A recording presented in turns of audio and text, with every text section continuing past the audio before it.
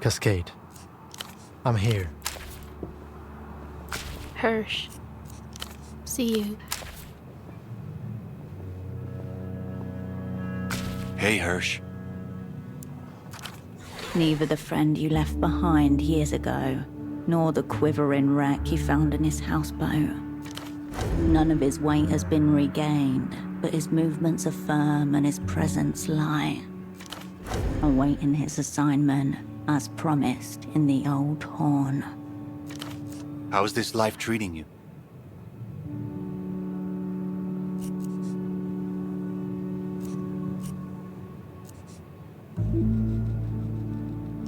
He inhales slowly as he lifts up his hand in parallel to yours.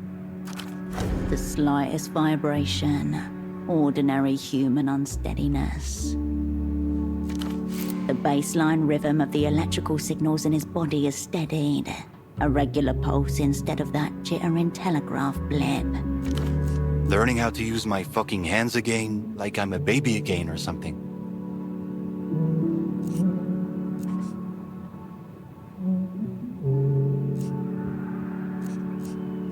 All expression vanishes from his face. The wrinkle lines smooth over and the frown of concentration disappears. Say the word, H. I already told you once, H. Not one to make idle promises. Once is enough for Ramses. I think you know the answer to that question, Hirsch. I'm not working with that guy. Your old double has been known to have an unsettling effect on certain people. Just no fucking weirdos, yeah, Hirsch?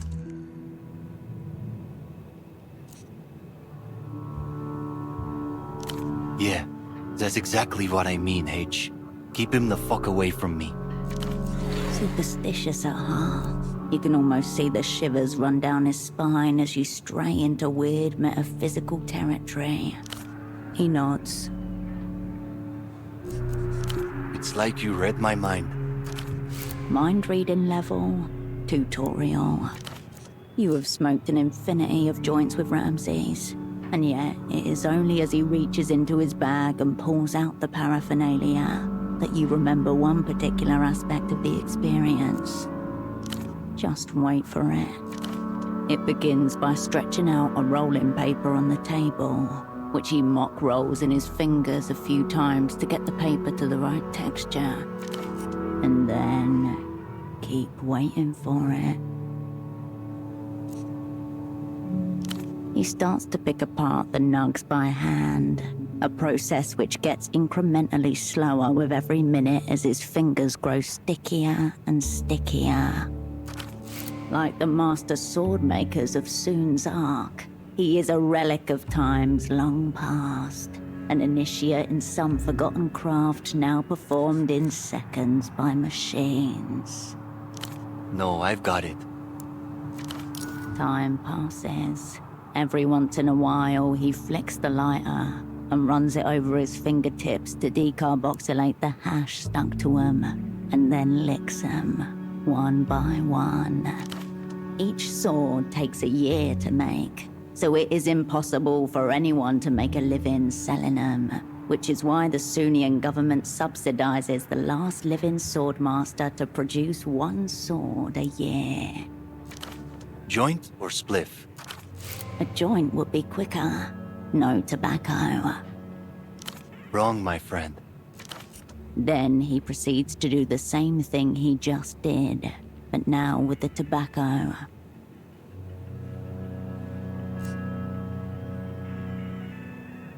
I mean, kind of. But if you don't pick it apart right, it burns unevenly. With mounting disbelief, you watch as he meticulously mixes it, striving for every square millimeter of the compound to have the exact same proportion and distribution of brown on green. 5-1. Thanks, Hirsch. I am. If there was any sarcasm in that phrase, it flew way over his head and directly into the Nos Correntes Sea. Once mixed, he grabs little bunches of the mixture, and starts placing it upon the open paper, occasionally prodding at it with a stick to re-achieve the desired distribution. Now that the last living swordmaster is in his 80s, he can no longer work as assiduously as he once did, and each sword now takes 2 years to produce. Next, Ramses pulls out a notebook and starts to tear a rectangular strip of paper out from the corner of one page to make the filter. Air and the clashing smells of fragrant weed and stale beer fill your lungs. You feel something like peace begin to come. All right, nice. Halfway through. Just got to burn the edges of the filter so we're not getting any loose paper. Once trimmed, the filter is rolled, including a fun little squiggle in the middle. He tests its diameter and springiness by squeezing it softly between his fingers. All right, that's gotta be the last step. Apparently finding it wanting in springiness, he starts anew with another page corner. No matter how much time has gone into forging the sword, if the master deems its quality insufficient, he will destroy it before letting anyone see his failings, even after 2 years of hard labor. Sword? What are you talking about, H? And so the time passes. Finally, he is using the back end of a match to pat the mixture down. All right, one spliff coming right up. Taste it. See for yourself. Crackling, soft, warm smoke, equal parts sweet and musky, fills your mouth. A perfectly even burn line recedes throughout the joint, a millimeter with every puff. Your cares dissolve. It is perfection, it is art, an island of craft in a sea of barbarity. I feel like it's still a little uneven, you know? The sword master is his own greatest critic. He may have achieved many times over what appears perfection to the eyes of commoners, but he alone knows that he is still a novice. Got a question. You ever think about what this stuff is doing to us? Yeah, but I mean, this is some kind of vegetable life we're inhaling, getting it into our minds. What if we're like fucking becoming one?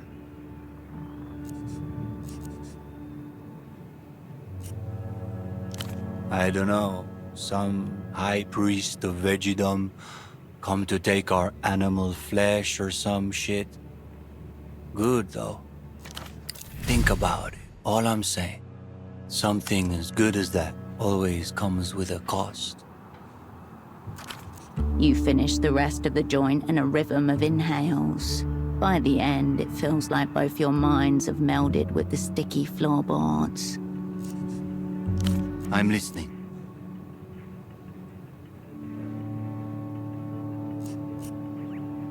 So it's an assassination. Why now? His brow furrows, as though struggling not to let the idea through.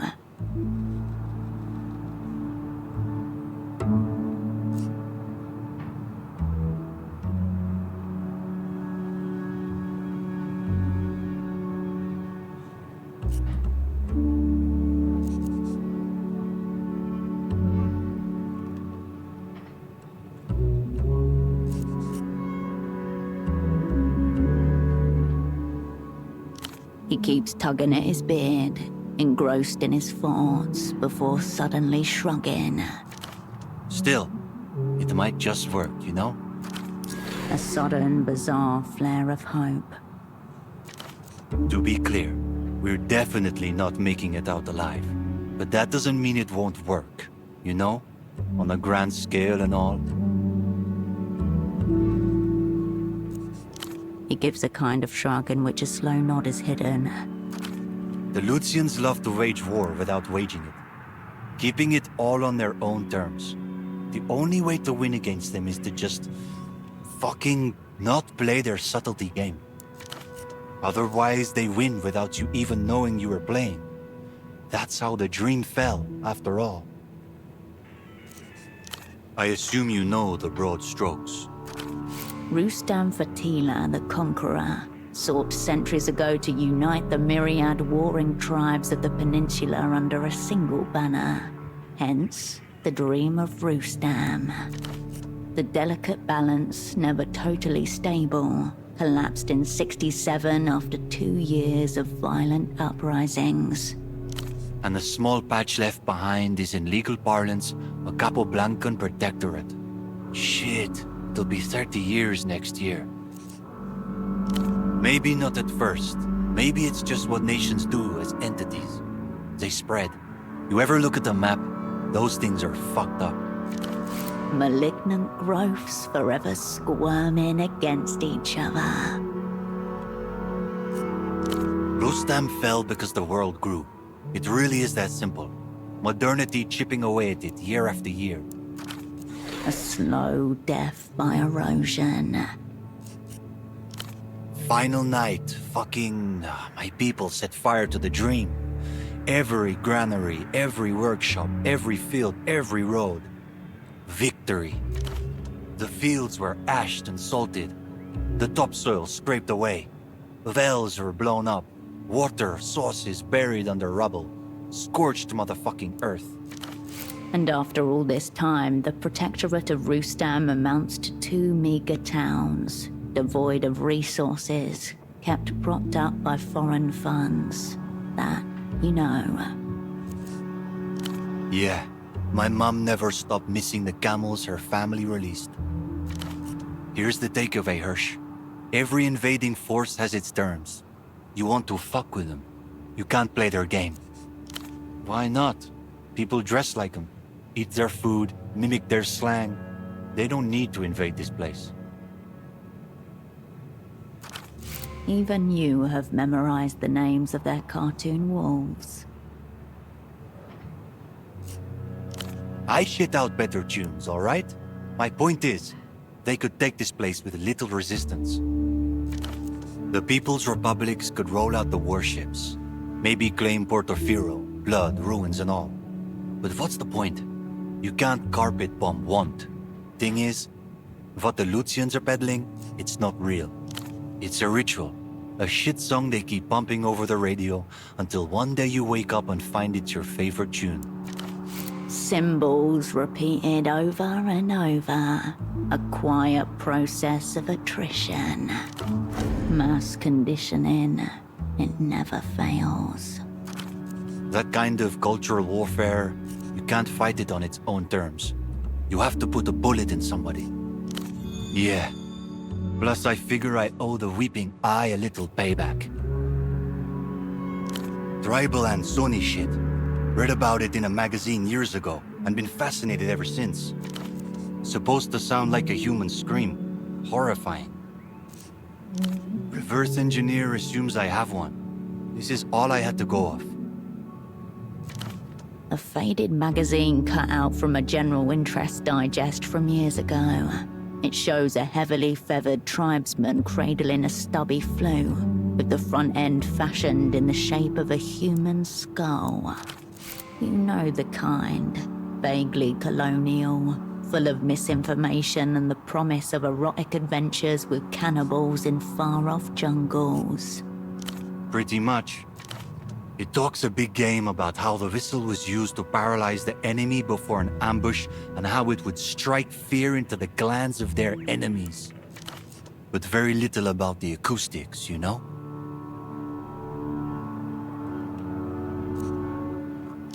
It kept me going when I needed it. Well, the pitch depends on the tube diameter, you know? So, you could probably make a really little one that sounds like a child.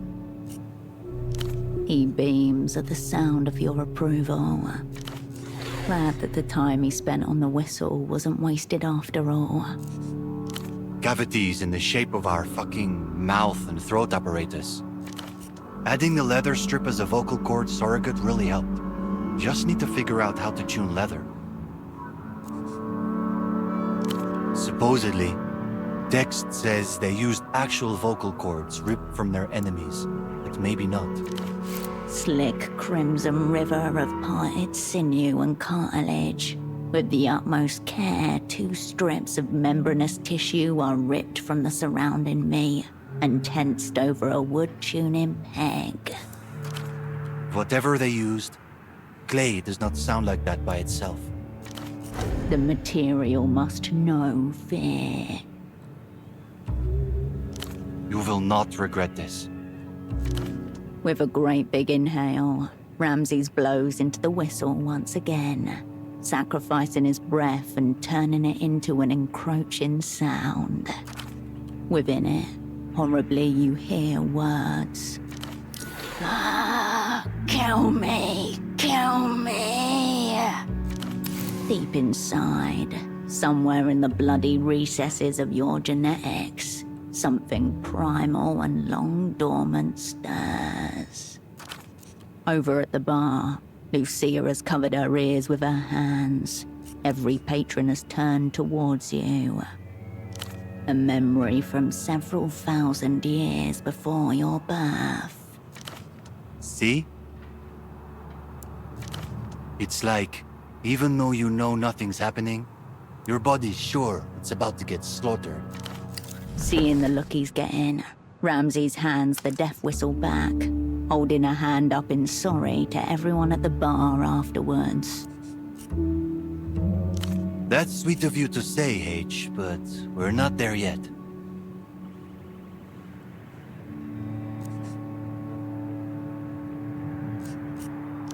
But it was never ever alive. The words are just the modern brain attempting to decipher a voice from the ancient pre-human parts of itself. Yeah, I think I know what you mean. There's something in there I can't quite place. Like it's just past what you're actually hearing. I can play it again if you want.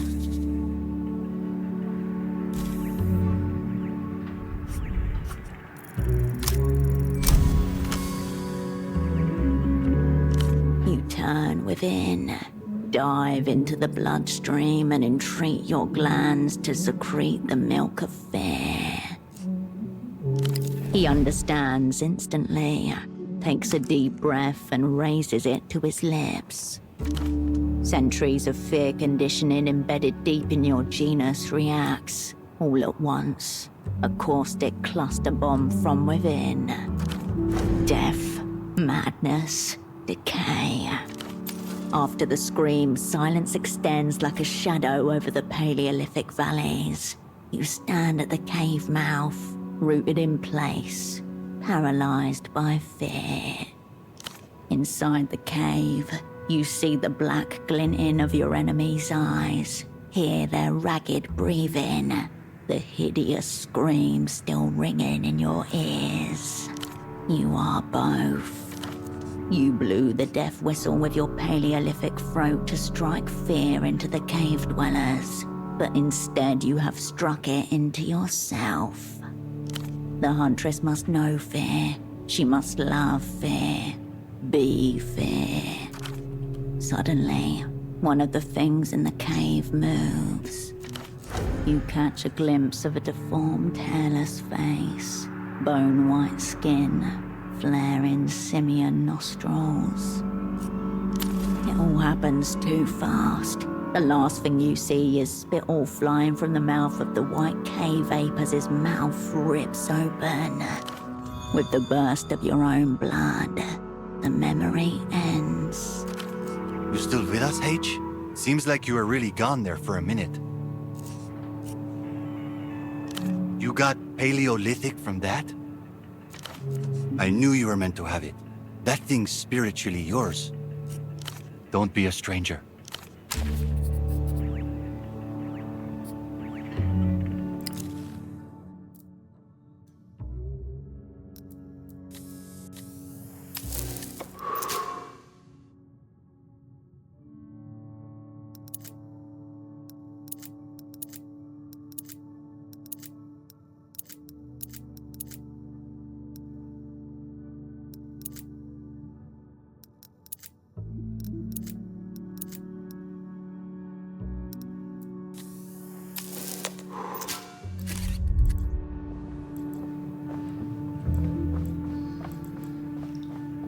Cascade, I've been playing I Spy relentlessly with myself to pass the time. Pretty even as things stand, but I'm certain I can best me.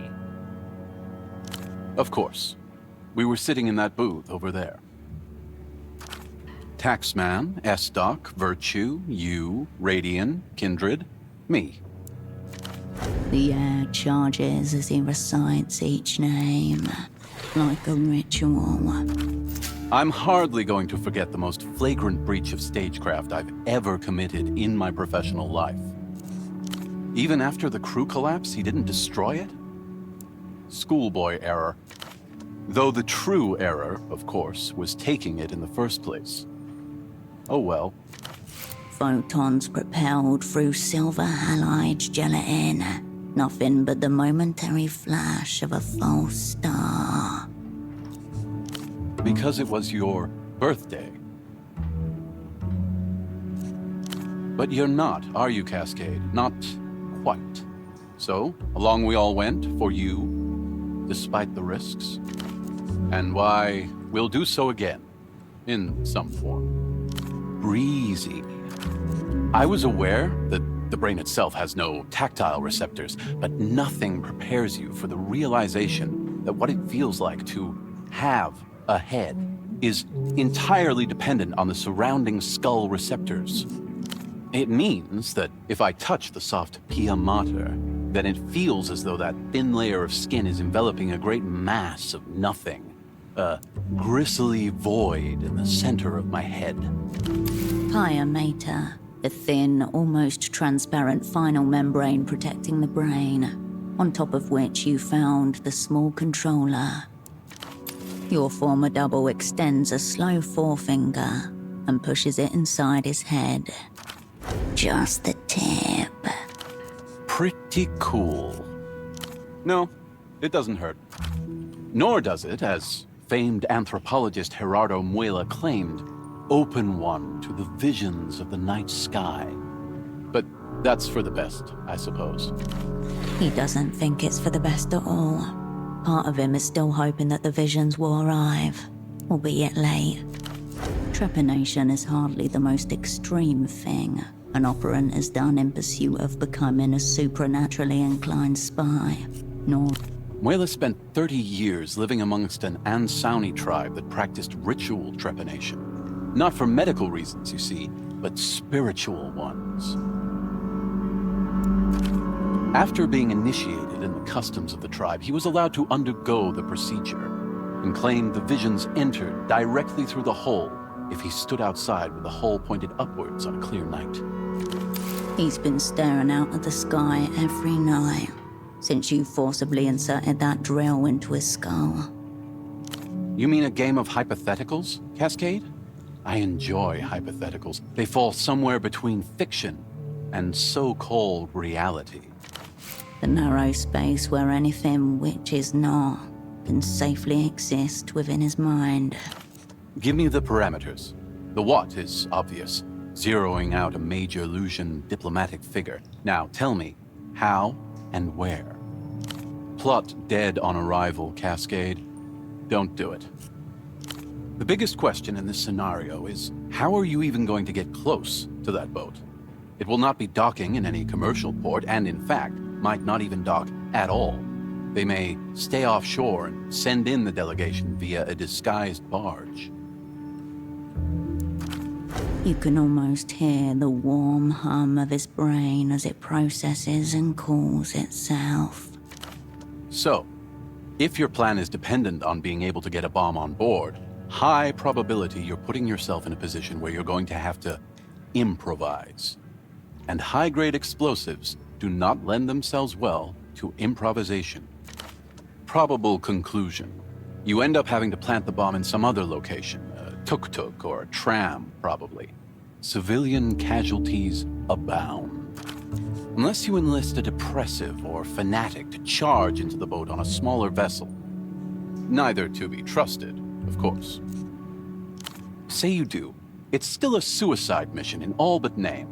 But let's suppose you already know that and don't care.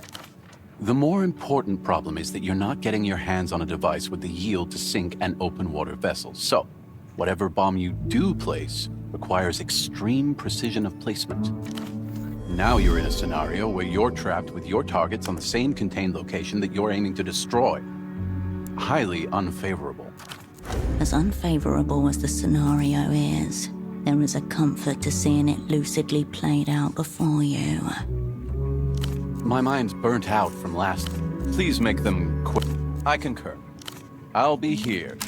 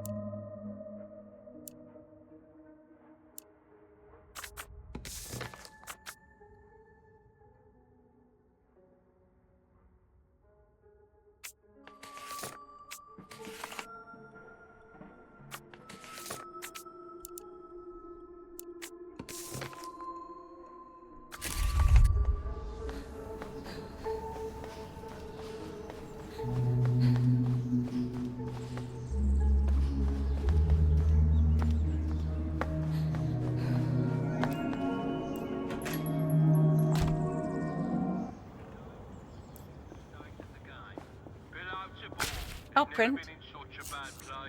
I'll be here.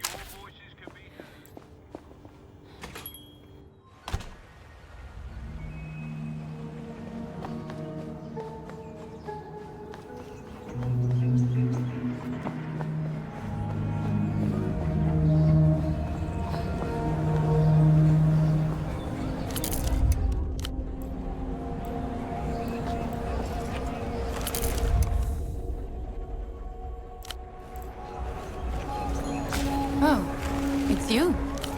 Thanks for stopping by. You step back to the Tower of 100 strong. You turn back to the...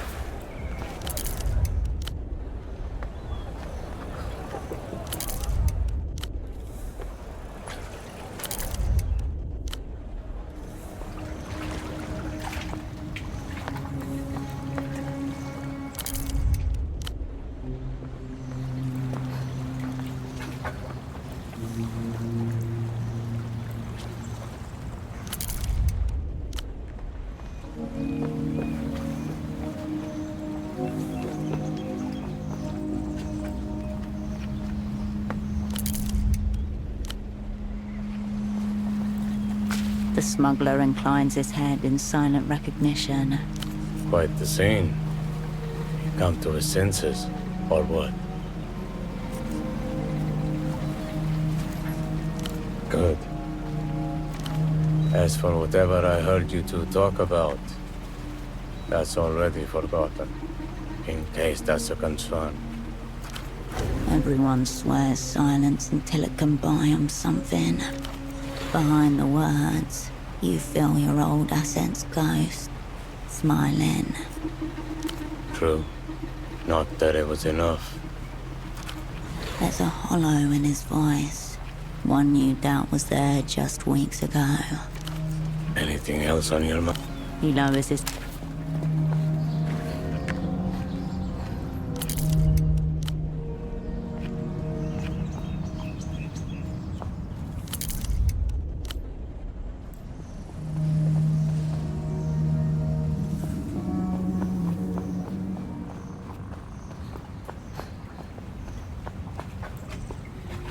Eyes closed, the young man remains lost in his erotic fantasy. Didn't I tell you to? Immediate terror. Real, unfeigned, unkinky terror. But how did you put it back together?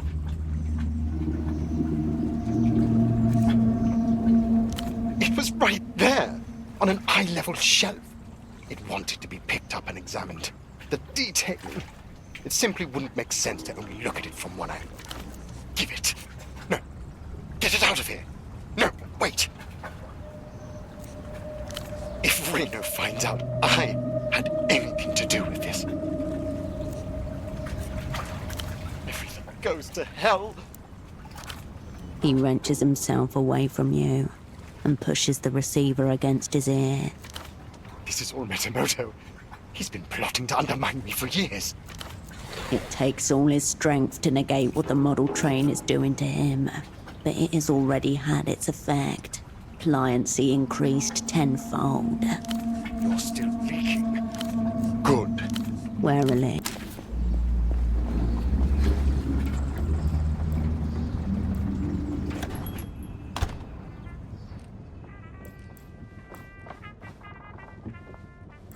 Hello, again. Until...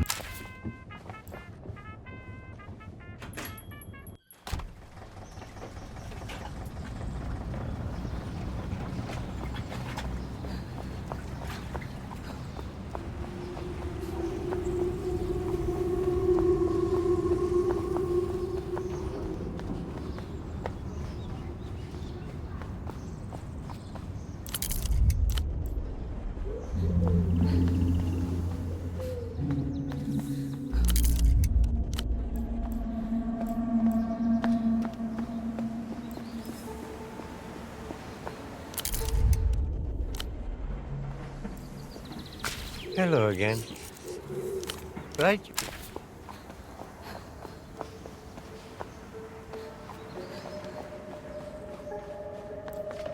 Hello again. You've been taken in by them as well, I see. An obscure pleasure, one only accessible to sensitive minds. It's not unnatural for one so dedicated to wordcraft. Cryptograms and poetry are, after all, alike in how they encrypt meaning in careful arrangements of letters. As with anything, it's a matter of practice. Quite. They are, aren't they? Goodbye.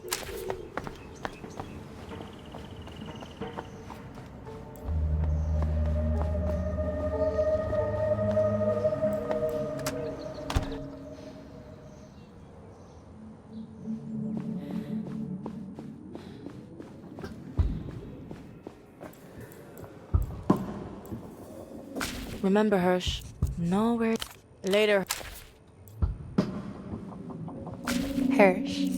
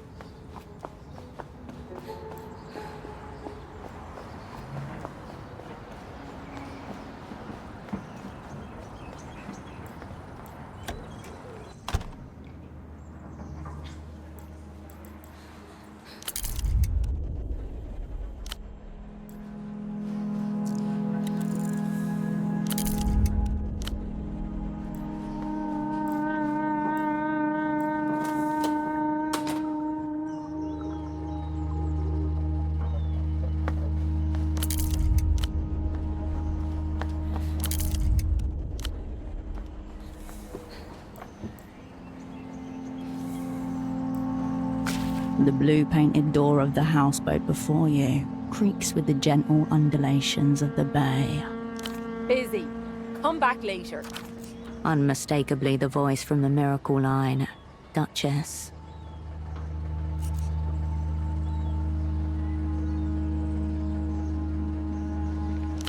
You hear her mumble something, then quiet. You? Oh. He told you my address? Her voice closer to the door, cheek pressed against wood as she peers through the peephole. Did he? Damn. Just come in.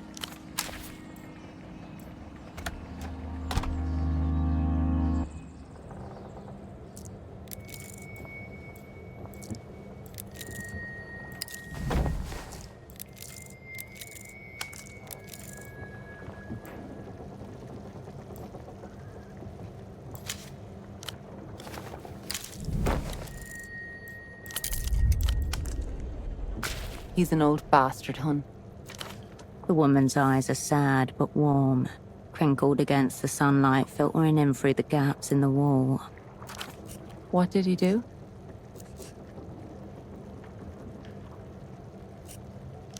Ugh. My father, Sam, is dead. Has been for years. That old creep just keeps finding new ways to make me feel watched. Posture relaxed, looking away. She's confident that you aren't in on Pigeon's scheme. I realize how strange and frightening that sounds when I come to tell somebody else.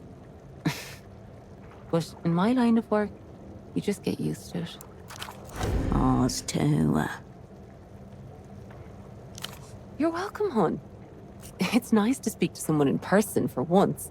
I'll have to grab the phone if it rings, but otherwise, I'm free to chat. Just me and the two little ones. It's them who makes all the mess, I swear. She laughs, but there's an uneasiness to her eye as she looks around.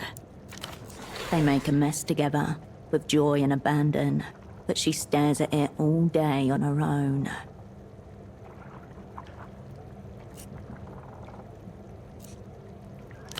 Thank you, sweetheart. We've made a nice home here. Not always a clean home, but a nice one. 5 feet above your head, the bedroom window. Glass still bearing the dots and lines of bedtimes past. Her fingers tracing a map of stars to guide the little ones to sleep. But it does get very cold in winter. Oh, and a family of moorhens have made a nest right by the window there. It's cute, but the screaming, you know? Now listen to me complain. Sorry, love. First time I've had grown-up company in a while. Guess I'm letting my mouth run away from me. Playing at a friend's house. You know kids, always an adventure to be had. I don't know what to tell you, hon. 2 kids, boat, miracle line. Oh, I'm doing a correspondence degree in psychology. She looks around as if seeking information about herself from the room. Long gone, sweetie. No forwarding address. It was harder with him here, honestly. All we did was argue toward the end, which is way worse for the kids than not having a dad around. Barely any of their friends have dads around either. All these men should be castrated. It was the miracle line that scared him off. Made him jealous. Couldn't handle it. Called me all sorts of names in front of the kids. Yeah, best not to waste any time thinking about it, really.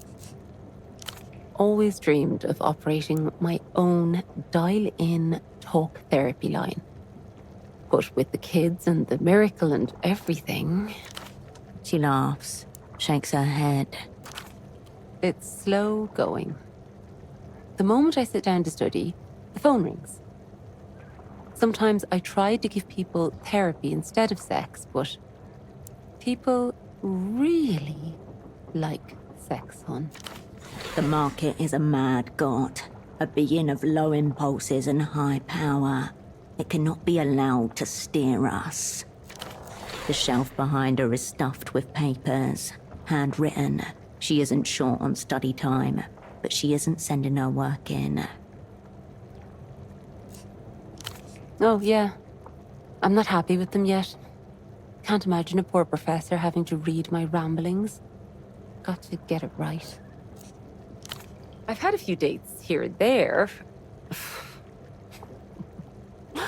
All a disaster. I really can't get away from the phone much, and it saps all my energy for romance. She puts up finger quotes around the word. I'm a dedicated spinster. Were you expecting a miracle? Smiling, but her voice is hard. Happy to chat, love. Wow, really? Oh, sweetheart, you're angel sent. There's a book I've been meaning to pick up from my sisters. If you're up for it. Just a textbook, green cover. She said she left it in a satchel outside her door. Just a few levels above us. Housing campaign, apartment number 7. Up the stairs. I really appreciate the help. I'm listening. Oh, ancient history. Had a toddler and a baby. Needed to be home full-time, but still make some money. Saw an ad. Went for the interview. She shrugs sadly. They like a foreign girl with a smooth accent. That's been life ever since. I've heard that too. I prefer not to think about it, hon. It's my income. If I start worrying about the company tanking or changing their minds about paying, then I just don't know what else I'd do. Not really, love. It's automatic. There'll be some man waffling on about mermaids or pop stars, and I'm just here picking the polish off my fingernails. Tolerance is the same as encouragement. This woman is a catalyst of perversion. Victims of capital shall not be forgiven for complicity in its menace. Deviancy sows discord among the people. The labor of the masturbator produces only slime. An idle working class cannot unite.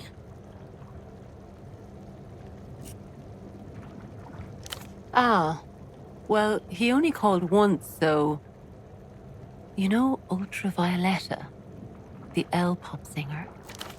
This one guy called and asked me to pretend to be her, but just to cry.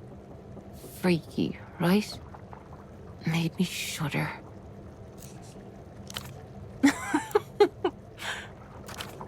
Oh, you were being serious. I'm sorry, hon. It's not about you. People expect my voice is all. Duchess has kinda become the miracle. For me, right? If you need work, I know that Tonio in the alleyway is always looking for people to help him sweep up. Sure, hon. Of course not, hon.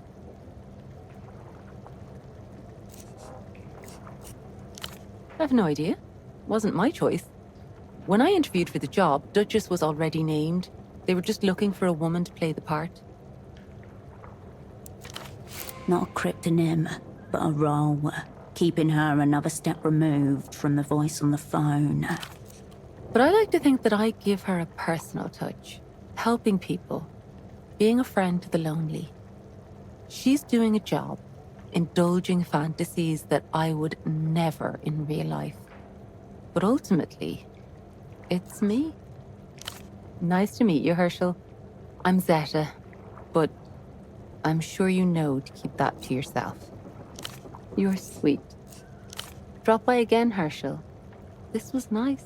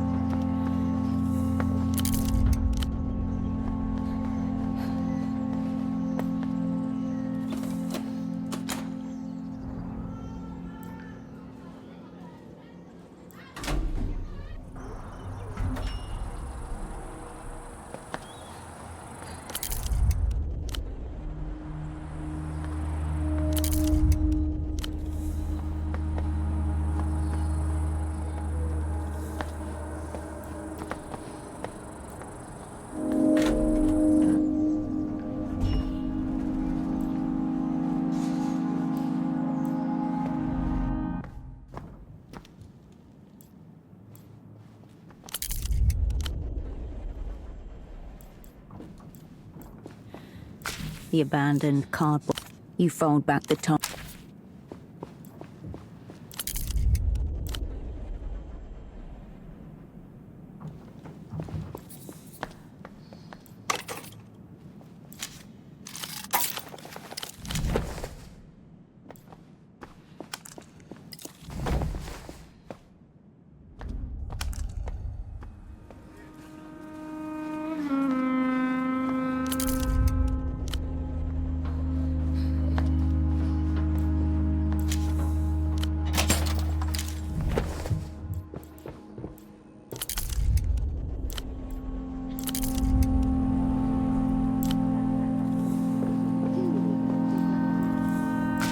plain canvas satchel, no boots in the house, a tidy, meticulous occupant. And her sister must be out. The lights aren't on inside the apartment. An electric shudder passes through the deepest canals of your body. Painless, but concerning.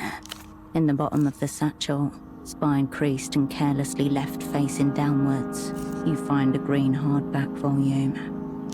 You scour the smaller pockets inside, but find only pens, paper clips, sticky notes, and an ancient pacifier. Gummy rubber tip gone brittle. You give it an experimental suck.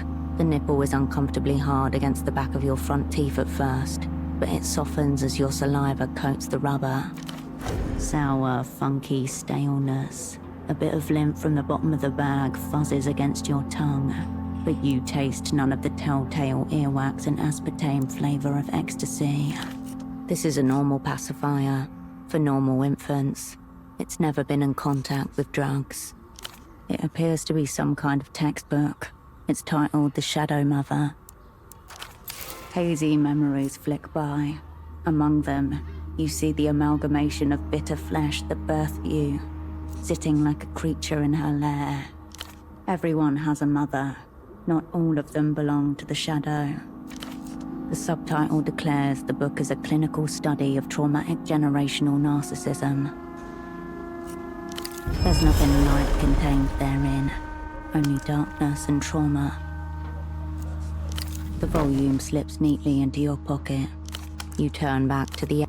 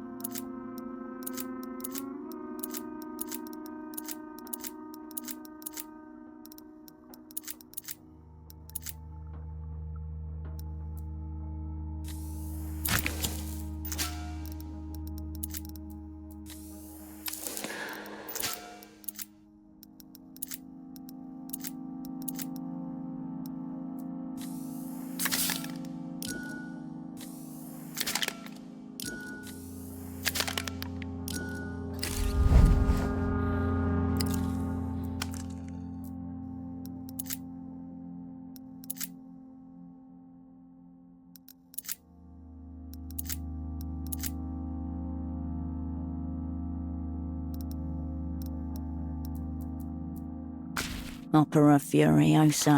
Looming behind the cover page, a dense 800-page slab. 862. Each page a wall of dense, precise text, locked in place with academic violence. Like any serious text, it begins with an epigraph. This is the thing we built while the true visionaries were busy kicking around the future. Chairman Kivy to the Unkurt National Party Congress, seconds before committing suicide by gunshot, year 58. Strong opening hook, tonally ominous. The impenetrable block of text shows no clear way in, no stepping stones towards legibility. Black bars of redactions beset you at all sides. Numerous lines of inquiry, all of which, however, can be distilled down to a single question. To what can we attribute the Operant Bureau's relative lack of projection power compared to agencies of a similar budget and manpower? Put simply, why is the Opera not mopping the floor with our so-called competition? The Opera has unofficially been considered the last come, last served among the world's 3 leading intelligence agencies for at least 2 decades. By default, yes, thanks to the sheer landmass of the superblock. You flip a few dozen pages on and pluck out a paragraph that seems relevant. As though seeking to remake the agency in his own image, under Twichitov's leadership, the Operant Bureau transformed into an onanistic organization, that is, one that exists solely to satisfy its own circular pleasures, chief among which are hunting for flipped assets and excommunicating its most competent operants. Roger Klaus Twitchetov, Director General of the Operant Bureau from 58 until his untimely death in 87. Opera? More like slopera. Ruthless critique is one thing, but that's just uncalled for. Mixing metaphors between cannibalism and masturbation, Holocene paints the picture of an operant bureau consuming itself via its obsession with uprooting moles. Only through repeated tests of purity and unwavering destruction of those who fail them can a people's republic populated by actual people be created. As for operant excommunications, Holocene is a case in point. All intrinsic to the self-propagating nature of containment mania. In layman's terms, if the opera were a human being, a psychiatrist would diagnose them as being addicted to self-sabotage, a true master of own goals. To master the own goal is to master the element of unpredictability. Internal opacity, even when necessary, devolves into bureaucracy with mathematical certainty. It follows that an agency run by a being such as Twitchetov, a vision-bereft bureaucrat at heart, regardless of assent, would view ever-accumulating clearance levels, recursive encryptions, and sanctioned erasures as signs of progress. Unlike cancer, neurodegenerative disease, and rigor mortis, things that actually progress, they are, in truth and practice, portents of institutional paralysis. Appendix B, apparently, is wholly dedicated to eviscerating Twitchetov. The text seems genuinely uncertain of what it is more interested in doing, getting to the heart of the opera's problems, or delivering the former director a literary pummeling. A development whose terminal stage is the adversary within. That is, a psychic limbo in which the operant is forced to treat all information, even, and perhaps especially that which is opera-provided, as de facto malified, an auto-suspicious routine, a territory from which no assurance is powerful enough to rescue anything. Distrust as a replicating sickness. Holocene is electing to keep secrets from the world, and maybe you, and possibly himself. Why would someone redact something they wrote from themselves? Big thesis, big secrets. You'd have to ask Holocene. It's clearly personal, as well as professional. Gossip hounds shamefully feasting at the esteemed director's graveside. Comrade Twitchetov was a shining example of probity and discretion. You land on a chapter titled The Torrent of One, Reflections on Function and Fall. Torrent kind of sounds like. This section, spanning 20-odd pages, drills down, focusing on a single operand. Holocene considers the career, decisions, and strategic patterns of Operant C. Your skin prickles, caused by sudden static. Over their career, Operant, henceforth known as Operant C, demonstrated an innate faculty for the craft and tremendous capacity for leadership. Accordingly, the Operant Bureau tasked them with setting up a network in... He wrote a case study about you. Operant C's talents, regrettably, are only matched by a tremendous capacity for self-sabotage. A chronic self-auditor, prone to bouts of guilt and melancholy. Operant C internalizes consequences drastically, at times anticipatorially, and resorts to endless confessions and apologies, insulation from the radical necessity of change. A melancholic air of permanent regret, and an insistence on taking everything upon oneself alone. But Operant C was not alone. They had people beside them. I do not wish to indict a fellow operant, but to cement a larger point, one that affects all operants. The Operant Bureau itself is to blame for what I call professional deformations. This claim does not absolve Operant X as such. One's psyche is their own responsibility ultimately, but it does indicate that the opera can't and won't do the work for you. The work to care for yourself, even and especially when no one else does.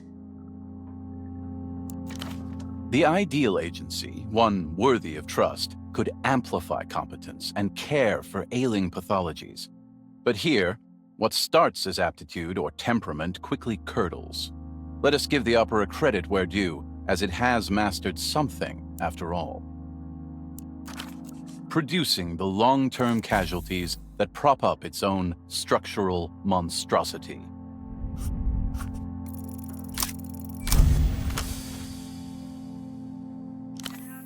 You synthesize what you were able to absorb from 600-odd pages in a few glances. Taking into account its size and manpower, the opera should be a bigger player on the world stage. The Operant Bureau shuffles along on its rusted treadwheel, shotgun perma-pressed to foot. If it is not a bigger player, he argues, it is because the agency is trapped in a process of which Holocene's own progressive isolation is a microcosm. To ask why the Operant Bureau exists at all is to ask the same of the superblock, and to confront our place within it. A constellation of intents, betrayals, and ideals, the whole of which can never be witnessed. What would a star ever know of its own constellation? Or remember of it, given that most constellations are formed from stars long dead? It reads like he's mourning. The task is diagnosis, not treatment. Your eyes linger on a phrase from close to the end of the monograph. Ultimately, the cruel irony of infinite mutual distrust being the fundamental principle on which intelligence agencies are founded should be evident to the intelligent reader. An endless spiral of mirrors, all facing inwards, none of them reflecting the world. That assumption is part of what he is questioning. It is not trust he is looking for, but a shared ground, some foothold in the undeniable to which he can cling amidst all the lies. The thesis makes no mention of Miho, or what Holocene hopes it will achieve. He wants to transcend suspicion and lies, and if everything's fucked anyway, what harm is there in trying? Let's see how his little novelty agency gets on when it encounters reality. There are no more open seats at the big table. At heart, he is a poet spy. He holds curiosity for the world and its layers, even if it has been deeply corroded by intelligence work. The conclusion spans 40-odd pages, a heavily redacted maze of paragraphs, diagrams, schematics, and footnotes. Its opening lines read: The opera's failings traced herein are unforgivable. Yet, what of the state that birthed it? What of the individuals that animated? On paper, Holocene frames this as expanding the scope, not uncommon in scholarly works. A convenient framing, allowing him to ferment his own distrust at apparently everything. The People's Republics dream of a kinder world. The opera dreams of revealing it. The operant dreams of dreams. All fantasies in waiting, yet to be given memory. With that, the thesis ends. It folds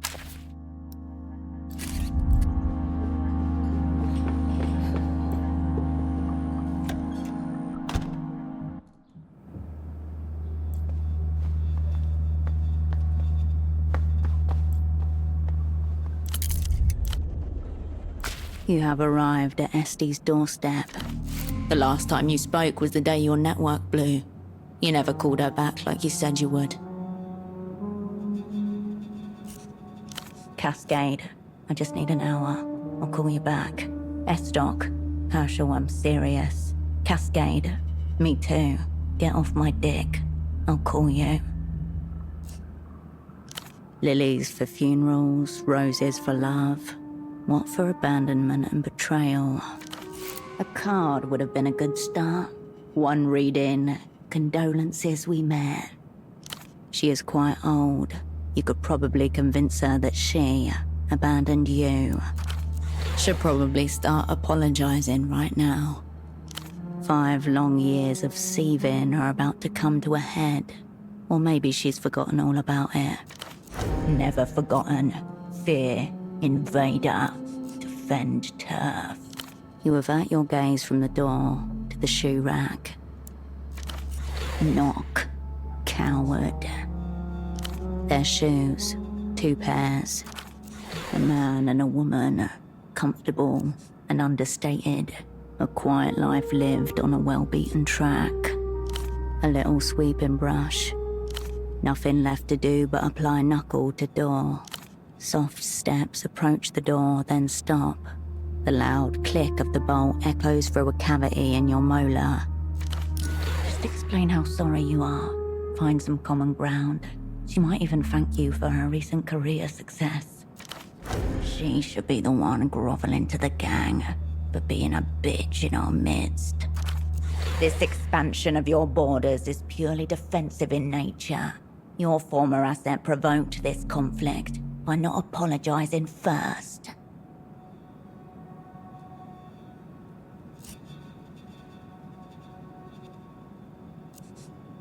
Hello, for Este. The old man beams at you, adjusting a dial attached to a gadget on his right ear. Looks like a hearing aid or a cochlear implant. Seems like it's attached to his skull. This asset could be wired up. He watches your lips, then smiles and nods twice. Please call me Pascal. Nice to meet you. You are? Subjugate the diplomatic envoy.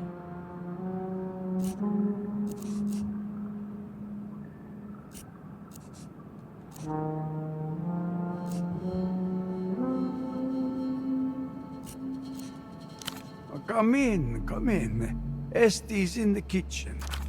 He steps back and waves you in with a loose hand.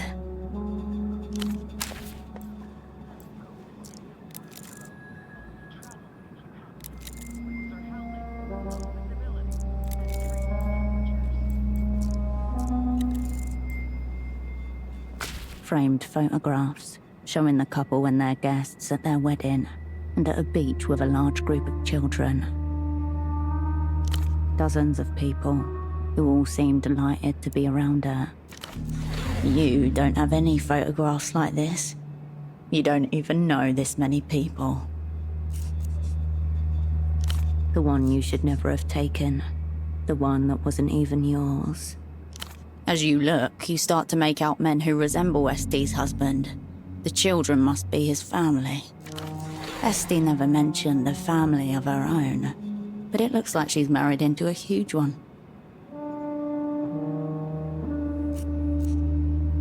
In the beach photograph, a smiling infant grasps Este's collar tightly with one hand, a mango slice with the other.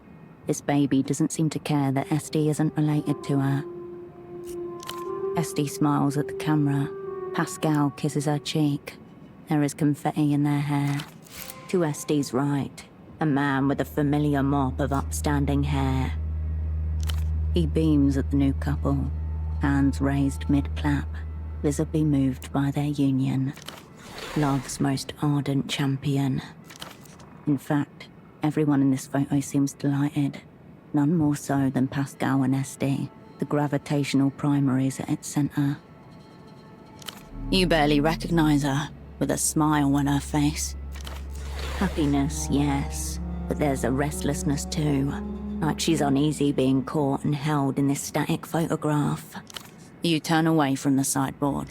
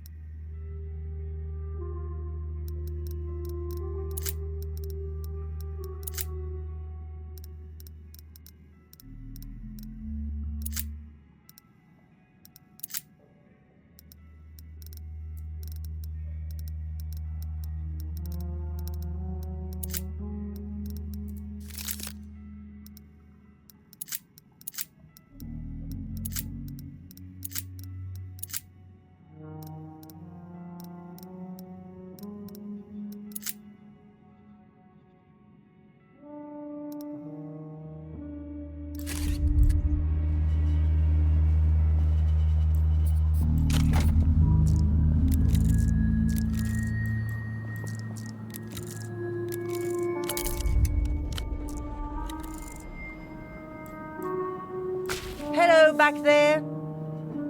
Just give me one moment. New cafetiere. Fiddly little thing. She hums happily to herself, fussing over plates and cups. She hasn't seen us.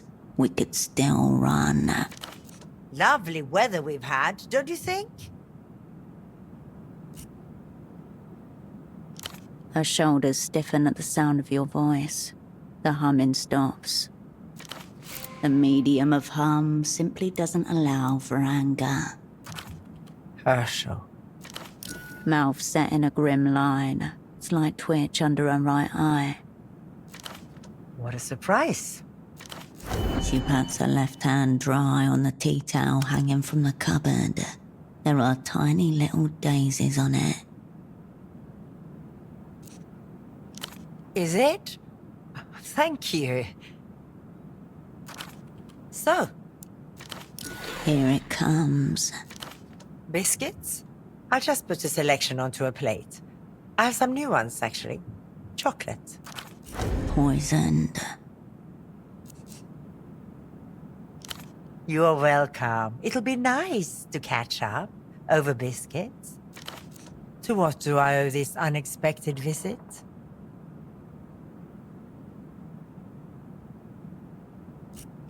I didn't think you had it in you.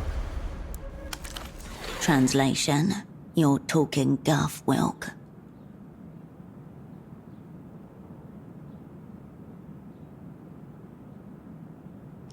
Well, be my guest. I'm sure. She lowers her head to stare at the red checkerboard flooring, at a point about 2 feet from your right foot. What did the opera do with you after you extracted yourself? Archives, Makes sense. But you're out now. In theater, I take it. You hear someone laugh, loudly on the roof above. I've built a happy life here. That was a threat. A breeze rolls through a plantation in Lagundi. Leaves hiss at its passing. Your presence in my apartment alone is dangerous for me. How did you find the address?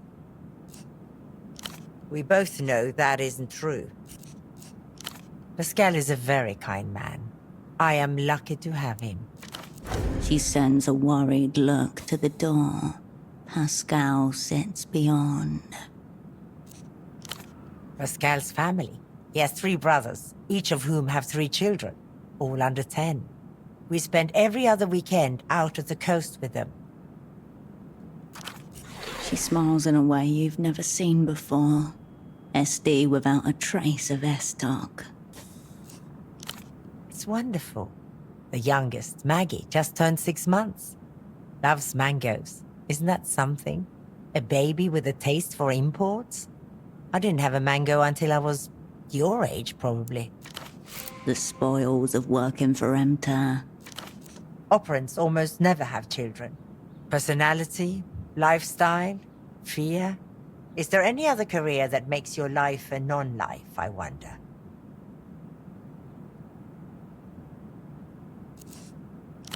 Probably. The pretense, the performance, the scrutiny. At least they don't have to be quite so afraid. I will not put his safety at risk for anything.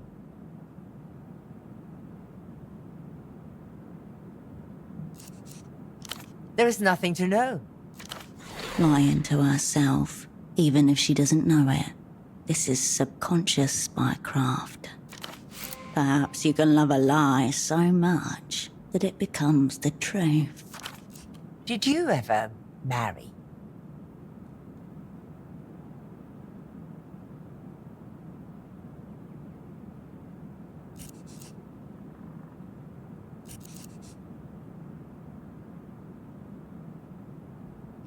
Oh, yes. Aliens, specters, fascist warlocks. I recall once you were convinced that the Weeping Eye were having you tailed by a one-legged seagull.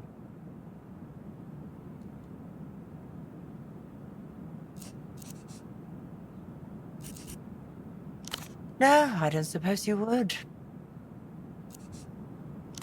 Work-related. Right.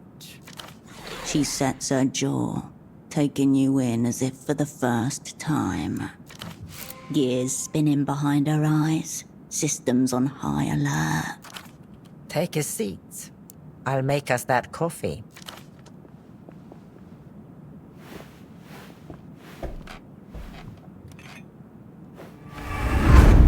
She spins towards you, arm raised.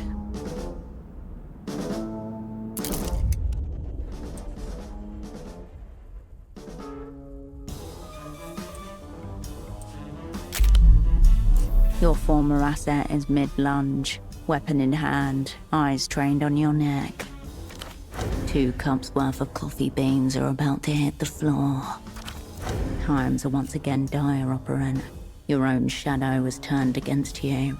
An advanced cognitive maneuver could win the day. An auto-injector loaded with a medical syringe. Oh, fuck. Bitch means business. Syringe contents, mysterious. A bioweapon hidden in a jar of biscuits. Assume the worst. The remembrances tell of a word hidden for centuries by a convent of isolated nuns, then stolen by Probable, who told the opera that it means subdue, in a long dead tongue. Too close, already in motion. Snatch it out of her hand. A single word to end this now. Worth a shot. SD hurtles towards you.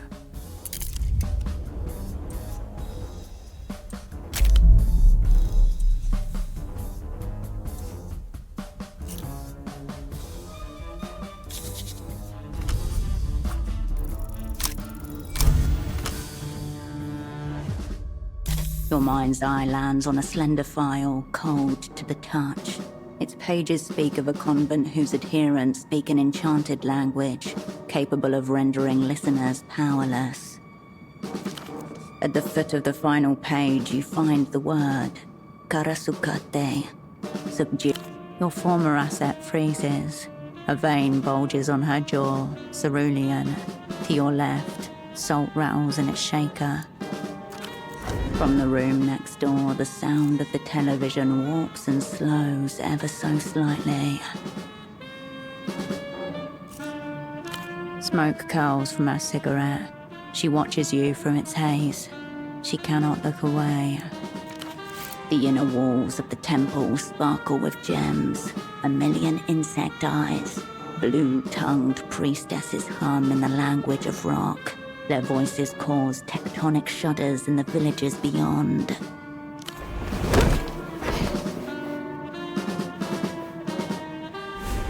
She staggers and sways, released from the word's control, limbs twitching as they come back online.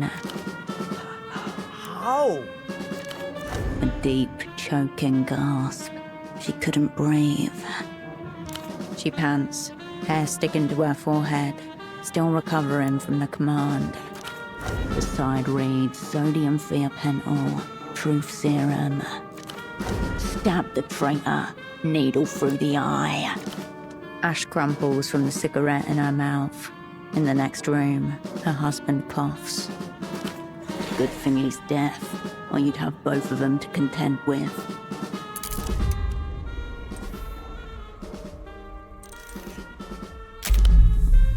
You're in control. You could either use the syringe on her, run for it, or break it and forget this ever happened. You won't forget this ever happened. Nor will she. Stab you, obviously. You'd be proving her right about you. Be the better person. Show that you can be trusted.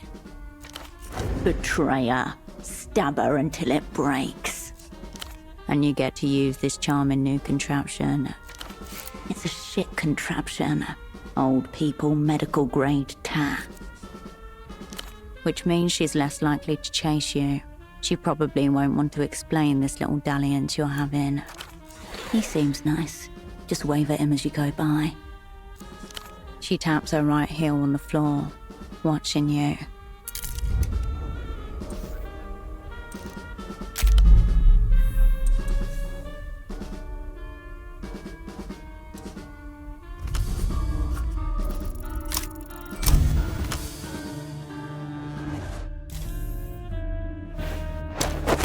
You grab the dial at the top of the injector and twist it hard to the right. Something snaps. You drop it and crush the pieces with your heel.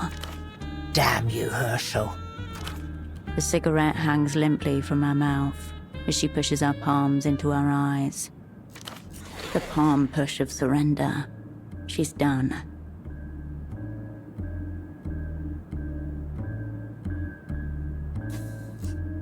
Do not call me that. I'm not your asset, Herschel. Never again. Fine, sit. What choice do I have?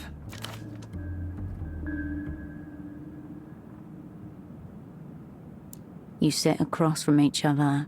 Between you, a plastic tablecloth, assorted plates. Pajamas, but no slippers. That she warms her feet on her husband. What on earth do you want from me, Herschel?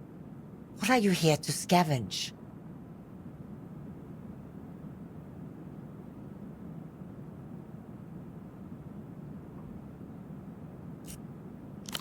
No. An immediate change in her. Pale, hollow. She puts her hand to her mouth and drops it. She can't look at you. No. No. This can't be real. I can't have this. Terrified. What you have just told me, you have never told me. Understand? How could you come here? You lead them to me. The weeping eye, Herschel. They will find everyone you have spoken to. They will torture everyone. They will assume guilt, and they won't care if they are wrong. You've doomed us all. The weeping eye have defeated her without even laying a finger on her.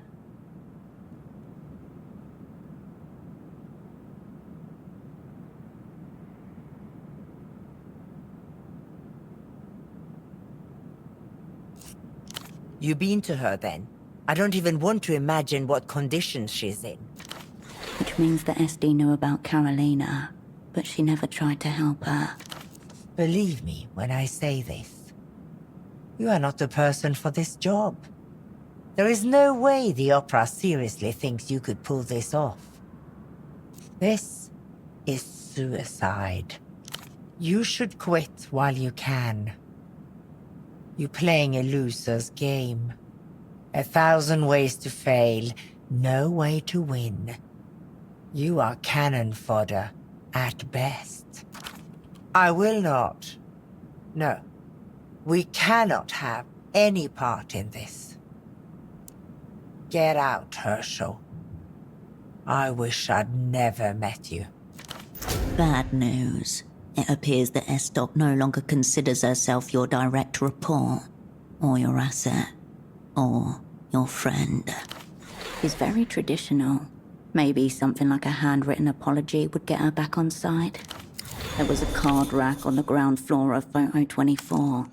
Might be something suitable there.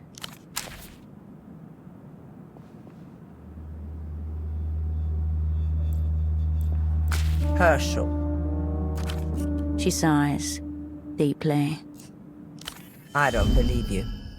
What do you want?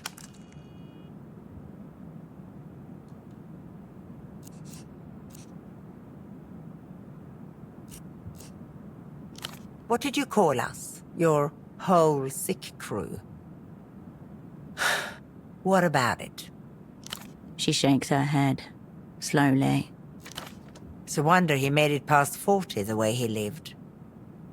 But I'm guessing it wasn't the drugs that took him in the end. Who was it? Could have been anyone who killed him, she means. You are following him to the grave, then? Ribboned flesh, spots of white fat beneath the skin. A tuk-tuk horn blares outside. Leave him there, for his sake and yours.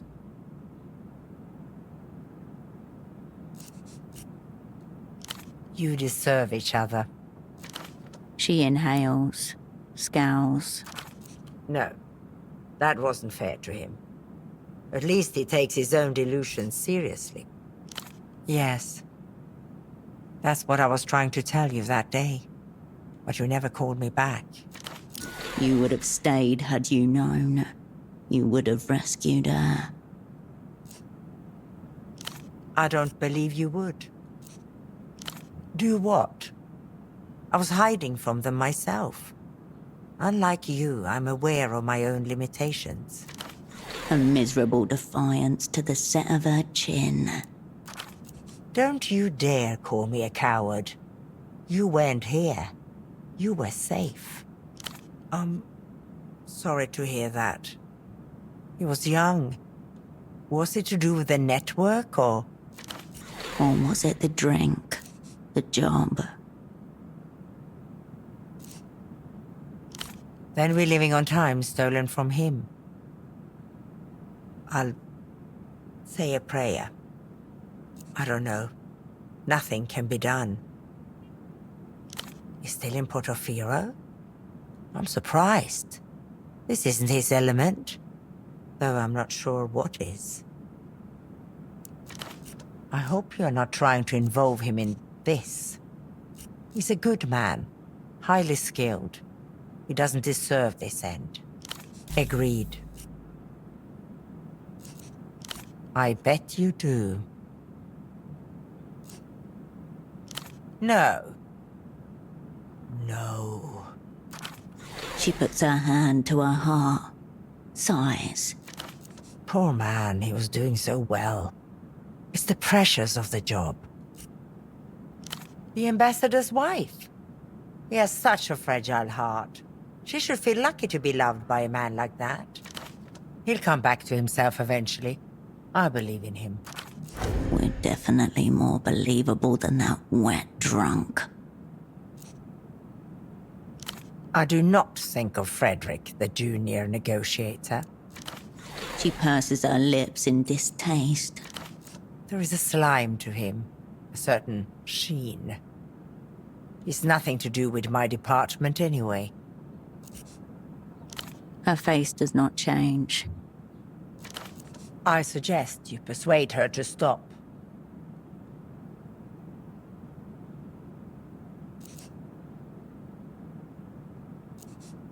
I will not. I don't want to know that.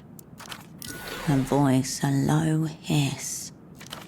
Now stop. Stop. Same way as you.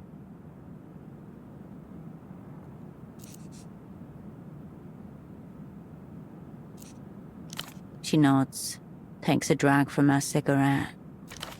She hates agreeing with you. Yes. I didn't. I'm still here. There was an internal investigation. The shadows under her eyes deepen. She swallows. Ring binders stacked on a glass-topped conference table. A chair either end. She notices a tiny circle of paper on the carpet. Lost from a hole puncher. A polite cough brings her attention back to our interviewer. I passed.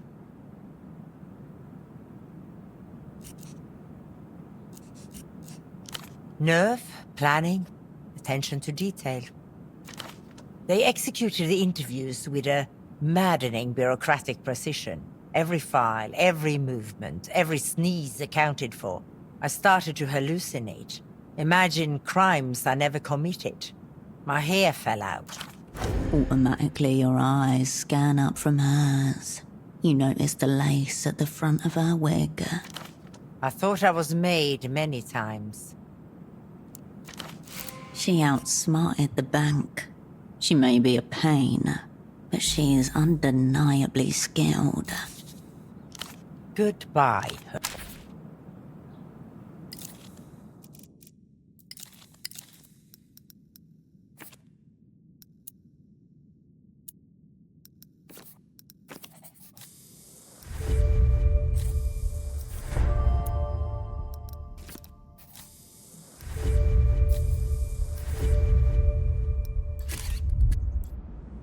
Back again. It's called macrame.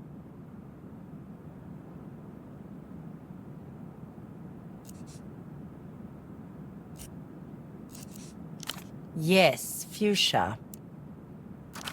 She closes her eyes for a moment, sighs. I wasn't always like this, Herschel. I was ambitious, principled, affecting. I had the follow-through that you lack. I had a streak of successful assignments and every reason to expect I was in line for a substantial reward. Then you came along. And now she has macrame. Goodbye. Only travel if you have to. Winds are howling, low visibility, and freezing temperatures. Sitting atop a pile of yellowing newspapers and dog-eared crossword magazines is a large plastic cup with a colourful wolf figure on the lid. He holds a long pipe in one languid paw, his posture relaxed despite the twin blades chained to his back. His name curls around the side, Placid Wolf. His little painted eyes are unfocused, a faint smile on his snout. A bitter herb. Smoking it is what keeps him grounded in the present moment. The moment will return, if that's what you seek. Happy, floaty, dank. Placidity and happiness are sometimes confused for each other. This is a mistake. He's a modulating influence on the other wolves, and more importantly, he's a highly rare and collectible piece of merchandise. One day he will run out of bitter herb, then he shall remember his true name and be placid no more. Don't let the wolves play acting at humanity fool you. There's still animals underneath. Hey, my cup! He stares at you with confusion, then shakes his head. Now you're trying to steal from us. Of course. Pascal grins at you.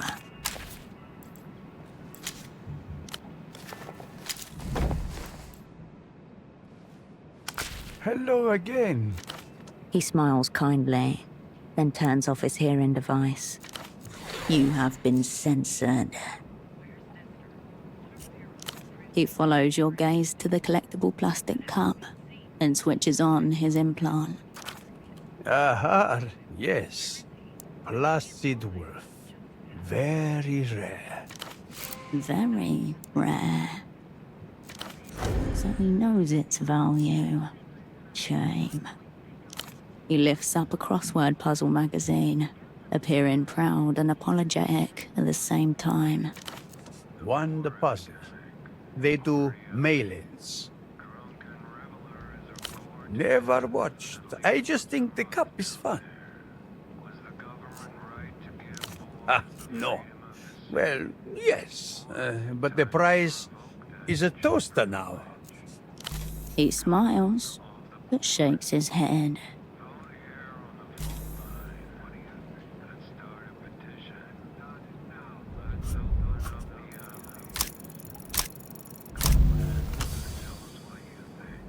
Distant thunder rumbles in the Port of Pharaoh skies. We have seen flashes of lightning and spells of rain. Ultraviolet emitting. The efficiency Hello again. He smiles kindly. You have been censored. He followed. Aha. Very. Something no. He lifts up. One the pot. Never watched. Ah, no. He smiles.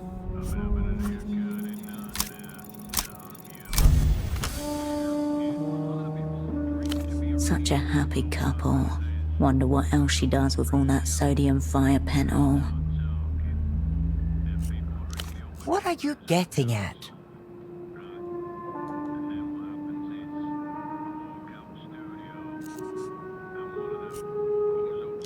Is this the cup? For the cup? You can't be serious. I detest every moment in your company. She waves, then signs something to Pascal, who nods sadly. I told him you were going to borrow it. Damn it, Herschel. The TV is silent, playing what looks like to be a documentary about dolphins and their trainers. Docile grey heads bob up and down from a large tank. You're hit by a bolt of unconditional love for dolphins and their magic ways. Noticing your attention, Pascal grins up at you and turns on his hearing device. Do you like dolphins? Spoken as if he's talking to a stranger's child.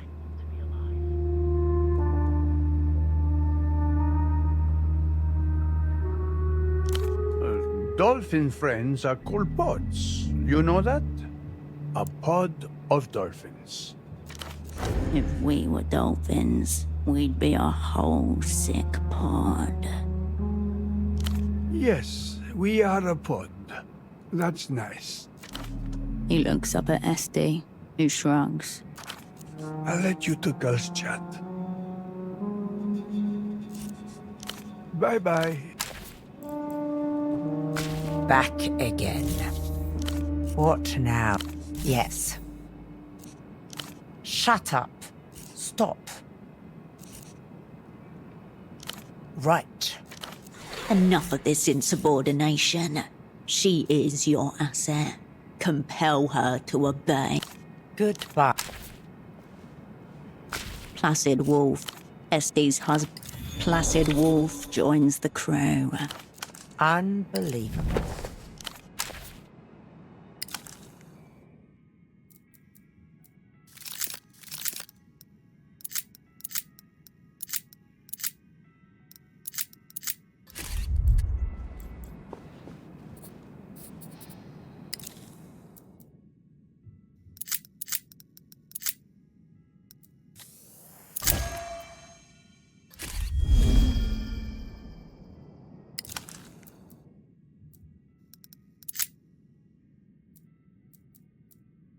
The Shadow Mother, a clinical study of traumatic generational narcissism. Totally at odds with the subtitle, the cover catches your eye with a flourish of surreal violence. You see a human head in profile. Its top appears to have been sliced off. Where its brain should be, all manner of snakes and spiders appear to be spilling forth. Best not to dwell upon it. For what it's worth, this is a common motif in psychology textbooks. Dr. El Afonso, of the Polytechnic University of Treffe. The Treffe School of Psychoanalysis is known to be the most experimental in the so-called developed world. Even smaller text informs you that Afonso's other publications include, within the Grudging Sanctum, on pathological cartographies, and the erotics of self-sabotage. The table of contents is laid out before you. The Shadow Mother is clever, vain, domineering and critical. In some cultures she may be revered as a leader or oracle. She resides in a remote, ice-strewn realm beyond failure, fault, or accountability. The word no means nothing to the Shadow Mother. She knows only the eternal yes. In the realm of the Shadow Mother, she is I, Locus, all. Visitors to the Mother's realm are expected to remove their shoes at the door and not touch anything without permission. Psych evaluation number 23. Childhood fears. Subject Cascade. Describes at length negative feelings associated with Mother's personal study, which contained multiple graphic depictions of vintage whaling practices. A lifelong association between emotional distress and cetacean imagery is a small price to pay for access to the Mother's sanctum. The Shadow Mother manipulates to refashion reality to her will. Fortunately, the Shadow Mother needs no weapon but her own organs of perception and expression. Eyes and ears to spot the flaw, a tongue to put the flaw into words. Her origins are often themselves enshrouded. To become what she is, she must first construct a so-called false self, which becomes both her sword and her shield. Her burden may prove unbearable, the pain of her own origins, the pressure of maintaining the false self. These must be mirrored onto intimates and offspring alike. This is a work of clinical studies and analysis, not a how-to manual. In their reports, the opera's psychomancers noted your morbid tendency to take on guilt for things you had nothing to do with. The offspring raised in the realm of shadow cannot fail to be shaped and moulded by the Mother's incisive words and forbidding glances until she accepts her role as a perfect doppelganger herself. In weaker offspring, this often manifests in the form of personality disorders. Inconclusive, lack of significant documentation available. It's a clinical study, not a comprehensive diagnostic of an entire class of disorders. Other works are also available for mail order through Treffer University Press. Within the Grudging Sanctum, on pathological cartographies, the erotics of self-sabotage, you return the book to your belongings.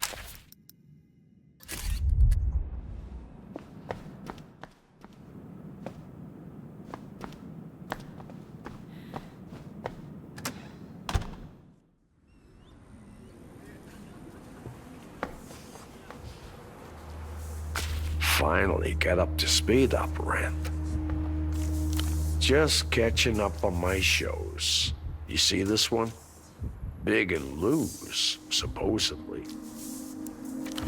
On the screen, a black wolf swings an iron slab of a sword through a row of chrome-plated adversaries. Arterial blood spurts forth in bright red gouts. Probably a few too many by my count. Maybe the techno-future's not for me. Reminds us something else I saw recently. One of the opera's finest infiltrates a secret enter jail and makes it out without a scratch. Bold, lucky, real crowd pleaser. An uncanny buzz in the air, as though a director might pop out of any one of those doorways yelling, "Car!" But no one jumps out of anything. No one appears to fix your hair or tell you exactly what to say. It's just you, the man with the box for a heart and a few meters off, the maintenance man going about his lonely offices. Don't get cocky.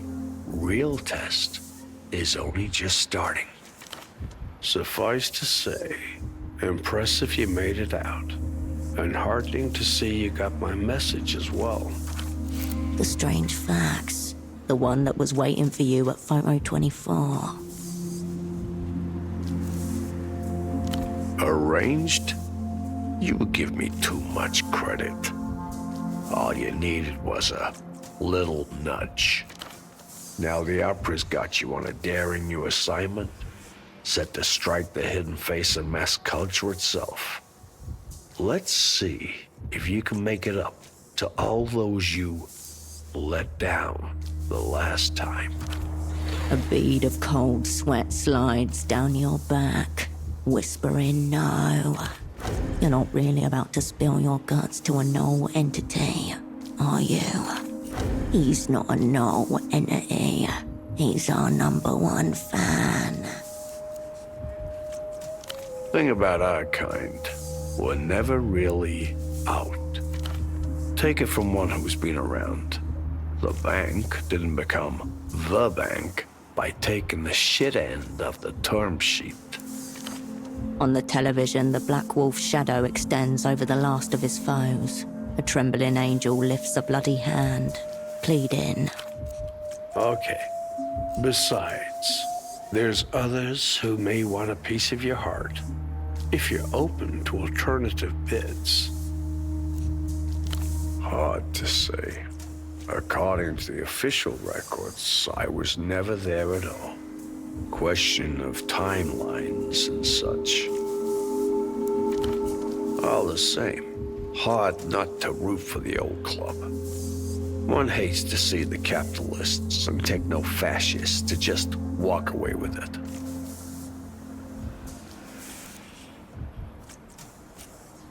It is. But that doesn't mean the two have to be at odds. A tip, operant. You could waste your days sniffing my rapidly disappearing gluteus, trying to guess if I'm a double, a triple, or any other fancy. Or you could remember the tenets of our craft. Information has a half-life. At all times, windows close. Sees what is there. A cost-benefit analysis. The probability of determining the why of him is near zero. Conversely, the utility of him is high. As it happens, I still know some people in the Ministry of Mass Culture. Old friends, you know. His information was good once before. There's no reason to think it won't be again. First bait, now trap. I can make a few inquiries on your behalf. In return for your help with a personal matter. All very well placed. Completely reliable. In your mind's eye rifles a deck of faces. Regular people. People with modest apartments and pensions. Every single one of them disposable. A senior aide with a mistress who's committed to an asylum for her own protection. A secretary who's been indiscreet with certain carbon copies. An old torturer for the weeping eye, who was photographed taking an envelope from someone he shouldn't have. No one you need to worry about.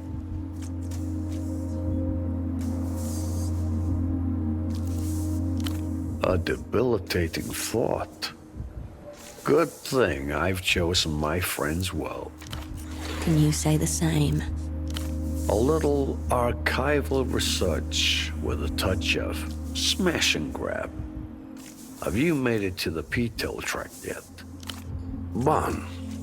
Meaning you're probably well-versed in the local lore. Remnants of Nestor's galactic boondoggle and whatnot. Widely believed to have gone boom boom. Key distinction. Fast forward some years. I'm in the Eastern Republics on a little job. Client has me hounding former leads in MTER's Public Perceptions Division. The bank's propaganda mob. My target's a retired filmmaker. I get him in a hotel bar, standard stuff, drinks and defection. Some rinky-dink little government, lusty for MTAR office drama. Beneath us both, frankly. Bottom feeders of the secret world, making a small-time trade of stale information. Simplest methods never fail. Well, almost never. As it happens, I misjudge my man's tolerance. Next I know, I'm dragging him out of a hookah parlor at 3 a.m. I lay him out in a vacant lot, smack him around a bit, He's lolling up at the stars, babbling about Portaferro, 77, and Project Autonomia.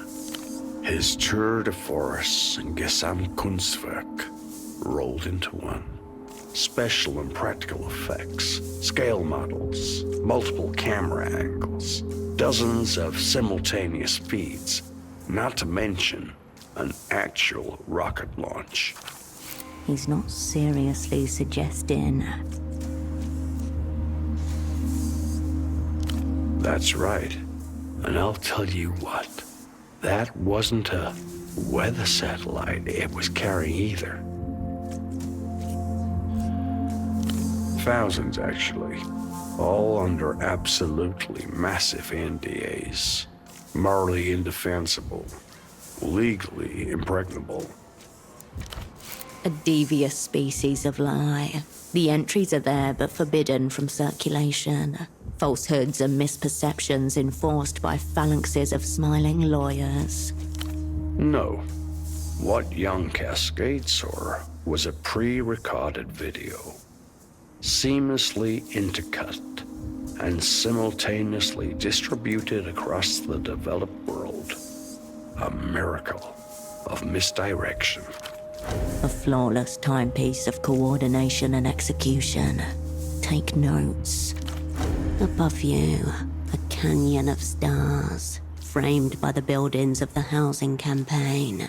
Elsewhere, the bark of a small dog muffled by a window. Strange business hours. Success and failure share the same rituals. Relevant parties stashed somewhere nice and chilled. Records obliterated. Impossible to say for certain what is or was. If you're one of the faceless mediocrities playing grab-ass in the dark, perhaps. But I digress. By this point, my man's brain is practically cooking in hashish. Narration growing hazier by the minute. I stash him back in his hotel room, then call my client. Space lore, who gives a shit? As I mentioned, rinky-dink setup. No signs of it detected. That's right. Asinine tribe to pick over and trade for scraps. Can't help it, I suppose. Old feelings creep up, scents in the air and so on. Blood nearby, a kill to be made. Crackling tree squirrel impaled on a spear. Savory smoke rising into the night. The Paleolithic huntress turns her gaze upwards. Nothing. Indeed. My target vanishes like a hooker at daybreak. When he rematerializes a week later, he's near frozen, zipped up in a gym bag in the unpressurized hold of a cargo plane.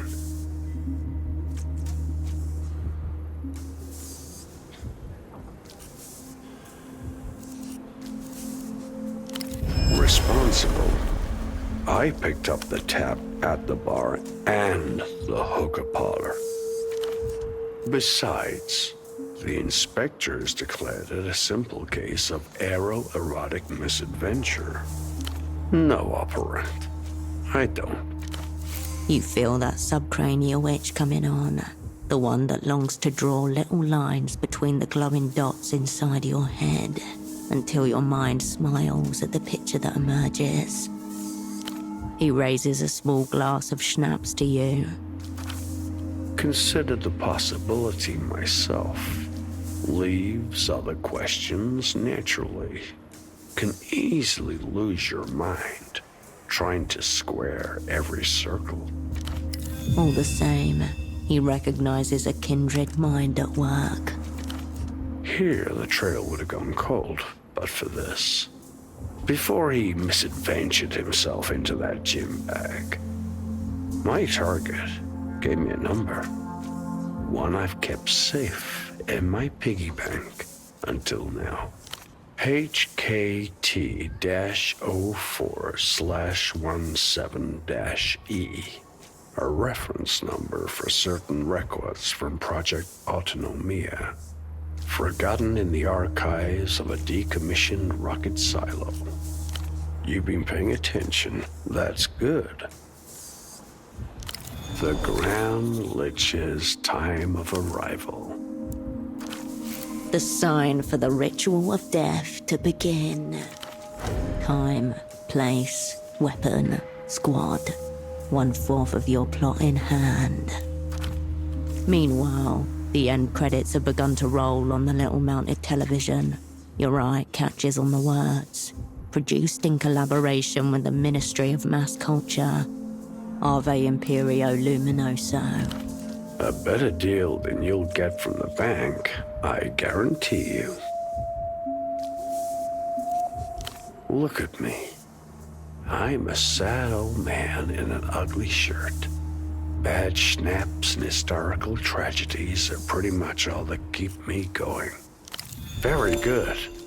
Bring your flashlight and a good pair of walking shoes. I understand the stairs are formidable. At this stage, I wouldn't rule anything out. If I knew, there'll be no task operant. Not weather reports, I'll tell you that much. A shame. A good weather report's harder to produce than it looks. He doesn't know, but he has suspicions he's not prepared to share yet. I understand the archives are in a state of disarray. Ravages of time and so on. Still, I'm sure there's lots of interesting stuff down there. If you feel the horror of the blank space coming on. Portofino in the early 80s was a different animal. Between Nestor's final exeunt and the economic meltdown, lots of things were simply lost or forgotten. A sizable portion of Portofino's foreign currency reserves, dozens of tons of highly caustic chemicals. More than 50 known political prisoners, a number of priceless works from the Museo Moderno. Why not? Perhaps certain records inconsistent with the prevailing picture of reality. Doubt it would be of interest to the opera, sadly. At least in its current incarnation. It would have lit up desk lights all over Novessa. A spiraling column of amber and green lights, 20 stories deep, pulsing as one. The archives are on sub-level 3. Can't be more than a few hundred, probably. Strange man, strange wishes, strange destination.